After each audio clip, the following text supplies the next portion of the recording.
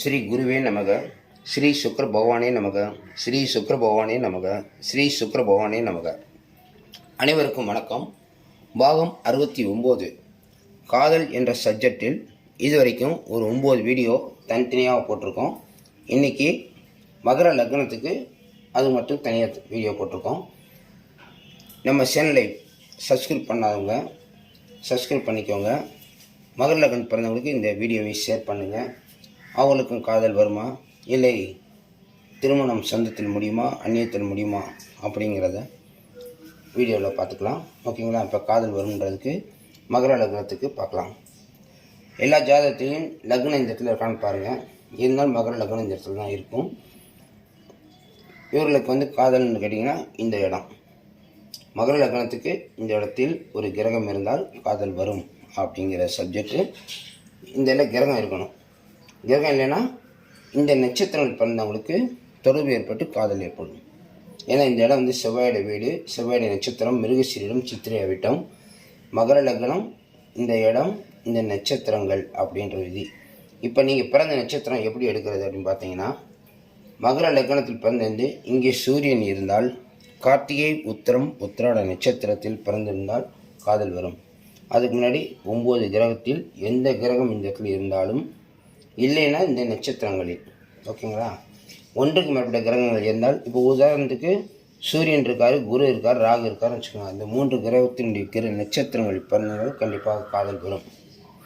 சரி, செவ்வாய் இருந்தால் செவ்வாய் ஆட்டோமேட்டிக்காக காதல் கொடுக்குற இடத்துல தான் இருக்கிறாரு.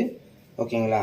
மிருகசீரிடம், சித்திரை அவிட்ட நட்சத்திரம் பிறந்திருந்தால் அல்லது செவ்வாய் இருந்தாலும் காதல் வரும். புதன் இருந்தால் ஆயில்யம், கேட்டை, ரேவதி நட்சத்திரத்தில் பிறந்திருந்தால் காதல் உறுதியாக உண்டு.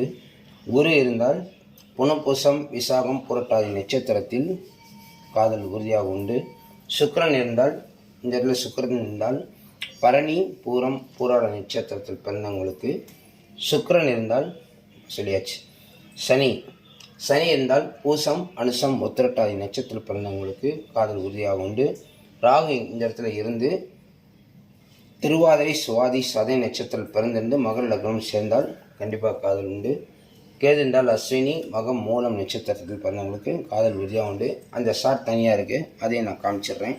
ஓகேங்களா? அப்போ தான் உங்களுக்கு இன்னும் தெளிவாக புரியும். அதுக்கு முன்னாடி இன்னும் நல்லா சொல்லிடுறேன் ஒரு முறை. இந்த இடத்துல லக்னமாக, மகர லக்னமாக இருக்கணும். இந்த இடத்துல உங்கள் ஜாதகத்தில் இந்த கிரகம் இருக்கணும். பிறந்த நட்சத்திரம் வரணும். லக்னம், கிரகம், பிறந்த நட்சத்திரம், இந்த 3 இடத்துல கொடுத்துருக்கோம் பாருங்கள். இந்த 3ம் கனெக்ட் ஆகும்போது தான் உங்களுக்கு காதல் வரும். ஒவ்வொரு ஜாதகத்தையும் இந்த மாதிரி பார்த்துக்கலாம். முதல் பக்கத்தில் நம்ம கிரகம் சொல்லியிருந்தோம்ல, சூரியன் முதல் கேது வரைக்கும் அந்த கிரகம் காதல் இடத்துல இருந்து இந்த நட்சத்திரம் குறுக்காட்டில் பார்த்துக்கோங்க.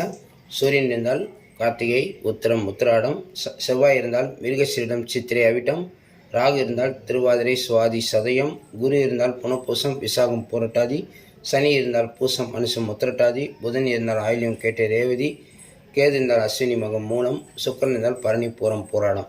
ஒன்றுக்கு மேற்பட்ட கிரகங்கள் இருந்தாலும் நீங்கள் அந்த நட்சத்திரங்கள் ஏதோ ஒரு நட்சத்திரம் பிறந்திருந்தாலும் கண்டிப்பாக காதல் வரும் என்று கூறிக்கொண்டு அடுத்த பதிவில் கும்ப லக்னத்தை பார்க்கலாம்.